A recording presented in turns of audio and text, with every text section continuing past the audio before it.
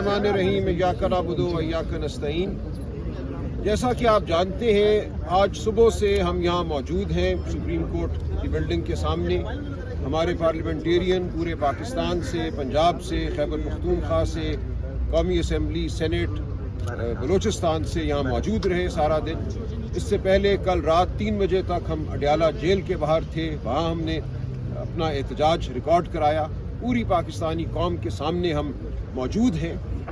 इमरान खान साहब की सेहत से ज़्यादा कोई चीज़ हमारे लिए अहम नहीं है। इमरान खान साहब की सेहत के हवाले से जो वाक़यात रूनुमा हुए हैं, ये बिल्कुल तसल्ली बख्श नहीं है। ये फस्तायत का बदतरीन नमूना है। एक इंसान को जो जेल में है, जिसका पूरा दारोमदार ज़िंदगी का आप पर है, इस फस्ताई निज़ाम पर है, वो फस्ताई निज़ाम उस शख्स को जेल से हस्पताल लेकर जाता है। ऐसी हालत कर दी जाती है कि उनको हस्पताल ले जाना पड़ता है और ये तमाम मामला खुफिया रखा जाता है, ख़ानदान को नहीं बताया जाता। ऐसे अस्पताल में और ऐसे डॉक्टर के पास लेकर जाते हैं जिसके हवाले से ना उस मरीज़ की, इमरान खान साहब की कोई मुशावरत है, ना ख़ानदान की कोई मुशावरत है। और उसके बाद झूठ बोला जाता है। 5 दिन तक कहा जाता है कि ऐसा कोई वाक़या हुआ ही नहीं। और जब आप लोग सहाफ़ती हल्के हकीकत आश्कार करते हैं तो फिर सच को माना जाता है। तो आज सुबह से मैं चीफ जस्टिस पाकिस्तान, उनका अमला और अटॉर्नी जनरल साहब के साथ गुफ्तगू में रहा हूँ। मुतअद्दिद मुलाकातें हुई हैं और उसके नतीजे में जो बात सामने आई है वो मैं आपके सामने रख देता हूँ। इस निज़ाम में हमें इंसानियत की कोई रमक नज़र नहीं आती थी, ना आती है अब भी। लेकिन इस तमाम दिन की तगोदौ के बाद जो हमें हासिल हुआ है वो बिल्कुल तसल्ली बख्श नहीं है। ये कहा गया है कि इमरान खान साहब की जो मेडिकल रिपोर्ट है, जो पिम्स अस्पताल में हुआ, उससे पहले जो जेल में तशखीस हुई, वो रिपोर्ट जो है एक बंद लिफाफे में इमरान खान साहब को दे दी जाएगी और उसी रिपोर्ट की एक कॉपी जो है आज ही उनके ख़ानदान को, यानी कि उनकी बहनों को दे दी जाएगी। तो ये इस हद तक पेशरफ्त है कि हम बिल्कुल तारीकी में थे इमरान खान साहब की सेहत के हवाले से कि क्या हुआ, क्या माजरा था जिसके लिए उनको अस्पताल ले जाना पड़ा। तो ये बात हमारे सामने आएगी कि पिम्स अस्पताल ने क्या तशखीस की है, वहाँ क्या ऑपरेशन हुआ या प्रोसीजर हुआ, क्या टीके लगाए गए हैं। ये रिपोर्ट हमारे सामने आएगी तो जहाँ तक तिब्बी मामलात का ताल्लुक है, ख़ानदान फैसला करेगा कि जो इलाज हो रहा है वो तसल्ली बख्श है, नहीं है, किस डॉक्टर को उनको देखना चाहिए, उनका इलाज मज़ीद करना चाहिए।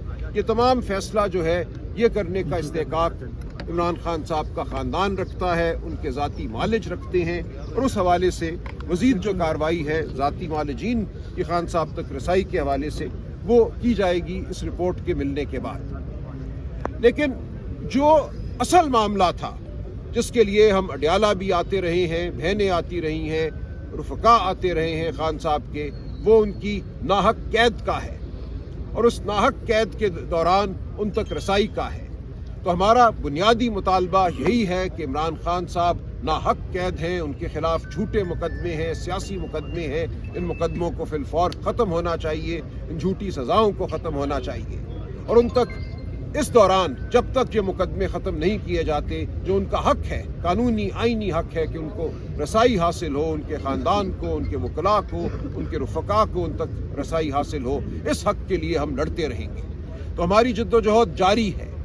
आज हमने यहाँ एक मुज़ाहरा किया, अखलाकी एक मुकदमा लड़ा, लेकिन इसके बाद हमें क्या करना है, क्या लाए अमल अब हमें अपनाना है, इसके लिए आज ही हमारी पॉलिटिकल कमेटी की एक और मीटिंग होगी। और तवातुर से पिछले चंद हफ्तों के दौरान पॉलिटिकल कमेटी जो PTI की है वो मिलती रही है, गुफ्तगू होती रही है, फैसले होते रहे हैं और आज ही हम इंशाअल्लाह तहरीक तहफ़्फ़ुज़ आइन के जो मशरान हैं, जो लीडरान हैं, अल्लामा नासिर यहाँ मौजूद हैं, महमूद खान अचकज़ई साहब से मुलाकात करेंगे, बात करेंगे।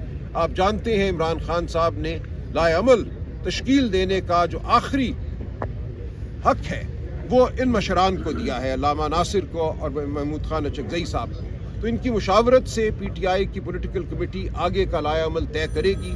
हम बिल्कुल नहीं मानते इस सूरत हाल को। रिपोर्ट मिलना, मेडिकल रिपोर्ट मिलना ज़रूरी है।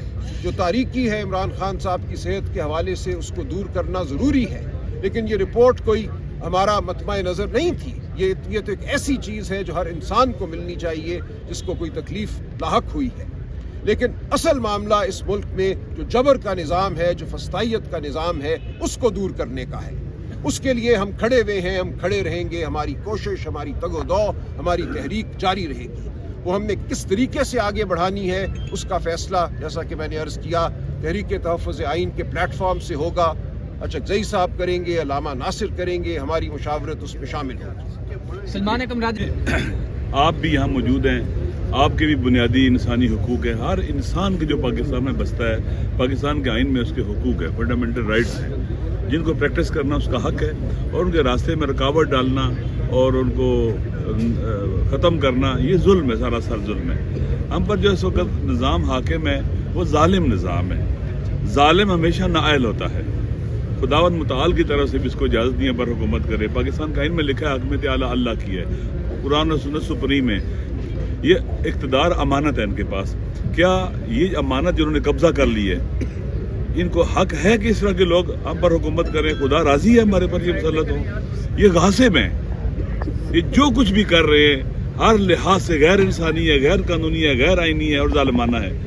لہٰذا خان صاحب، آپ جانتے ہیں کہ پاکستان کے 90% سے زیادہ عوام اور دنیا میں لوگ، فقط پاکستانی نہیں، دنیا میں ہر باضمیر اور حریت پسند انسان جو چاہتا ہے کہ ایسٹ کے اندر، ایشیا کے اندر ایک بہترین سسٹم آئر ایشیا ترقی کرے، وہ خان صاحب کے بارے میں اس کے کنسرنز ہیں، وہ ان سے محبت کرتا ہے.